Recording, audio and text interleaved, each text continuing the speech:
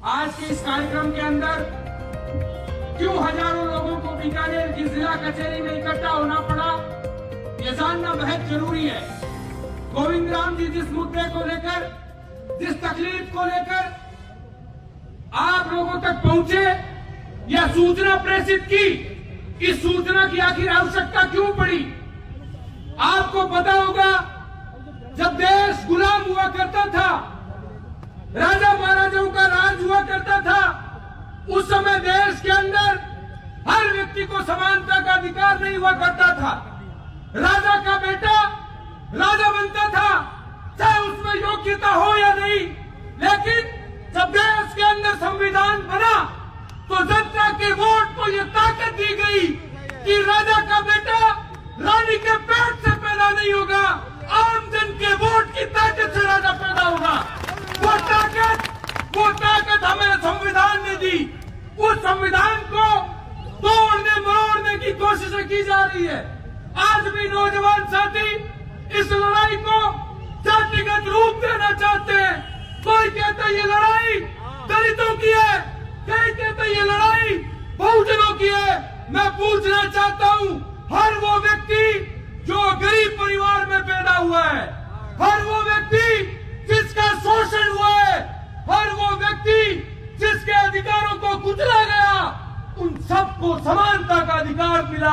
वही संविधान की ताकत थी। और यहाँ बैठा हर व्यक्ति उस बात से पीड़ित रहा है। इसलिए मैं आप सब लोगों से निवेदन करना चाहता हूँ, देश का गृह मंत्री जिसकी जिम्मेदारी देश के अंदर कानून बनाने की, कानून की रक्षा करने की होती है, जब रक्षा की भक्षक बन जाता है, उस परिस्थितियों में व्यक्ति कहाँ जाए। मैं धन्यवाद देना चाहता हूँ गोविंद राम जी का।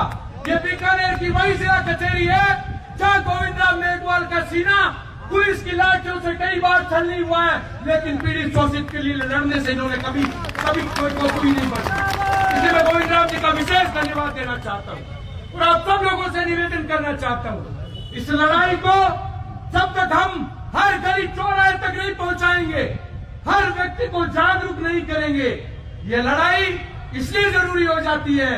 इस देश को चलाने वाला किसान आज कई दिनों से राजधानी की बॉर्डर पर बैठा है।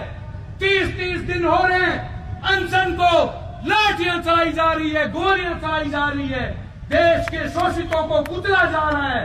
उस समय भी हम लोग अगर घरों से नहीं निकले तो निश्चित तौर पर आने वाला समय हम लोगों को माफ नहीं करेगा। हम सौभाग्यशाली लोग नहीं है जिन्हें भगत सिंह के साथ, जिन्हें महात्मा गांधी के साथ, जिन्हें जवाहरलाल नेहरू के साथ लड़ने का मौका मिला। लेकिन आजादी की खुली हवा के अंदर पैदा होने के बाद में गोरे अंग्रेज चले गए, काले अंग्रेज आज राज करना चाहते हैं। वो चाहते हैं अमीर अमीर होता रहे, गरीब गरीब होता रहे। उस लड़ाई के अंदर अगर हम लोग घरों से नहीं निकले तो आने वाली पीढ़ी हम लोगों को माफ नहीं करेगी। भगत सिंह जैसे लोगों ने अपनी जवानी को इस देश पर कुर्बान कर दिया। महात्मा गांधी जैसे लोगों ने इस देश को बनाने के लिए गोलियां अपने सीने पर खा ली। उन तरह की लड़ाई हम लोगों को नहीं लड़नी है। हम लोगों को केवल सड़कों पर उतरकर शांतिपूर्ण तरीके से अपनी बात को आप लोगों के बीच में रखना है। अभी जो आए थे वो बात कहकर गए, किस हवा में जी रहे हम लोग। आज के समय के अंदर भी अगर समानता का अधिकार नहीं होता है, किसी शोषित को घोड़ी पे नहीं चढ़ने दिया जाए, किसी शोषित के साथ उसको अधिकार नहीं हो स्वतंत्रता में जीने का, उससे बड़ा दुर्भाग्य नहीं हो सकता। ये देश गलत दिशा में जा रहा है। मैं सब लोगों से निवेदन करना चाहता हूँ, हम लोगों को खास तौर से नौजवान साथियों से एक निवेदन करना चाहता हूँ, हर वो व्यक्ति जो पीड़ित है, हर वो व्यक्ति जिसका शोषण हुआ है, उसके साथ खड़ा होना हमारी नैतिक जिम्मेदारी बनती है। अमित शाह का वो बयान आप गौर से सुनिए। बाबा साहब का अपमान जिस लहजे के साथ किया गया, उनकी मानसिकता स्पष्ट दिखाई देती है। वो इस देश के संविधान को नहीं मानते, वो देश के कानून को नहीं मानते, वो देश के संविधान को तोड़ना चाहते हैं। जो अधिकार कुचले और शोषित वर्ग को समानता देने के लिए दिए गए, उन अधिकारों का हनन करना चाहते हैं। समय का अभाव है, इसलिए अपनी बात समाप्त करूंगा। मैं पुनः नौजवान साथियों से निवेदन करना चाहता हूं, समय का अभाव रहा, मौसम खराब रहा, उसके बाद में भी हजारों की संख्या में आप सब लोग छोटे से संदेश पर पहुंचे, लेकिन इस लड़ाई को लड़ने के लिए संख्या पर्याप्त नहीं है। हम लोगों को बीकानेर की जिला कचहरी के अंदर हजारों की संख्या में उपस्थिति दर्ज करवानी है और ये संदेश देना है कि बीकानेर जिला कमजोर नहीं है।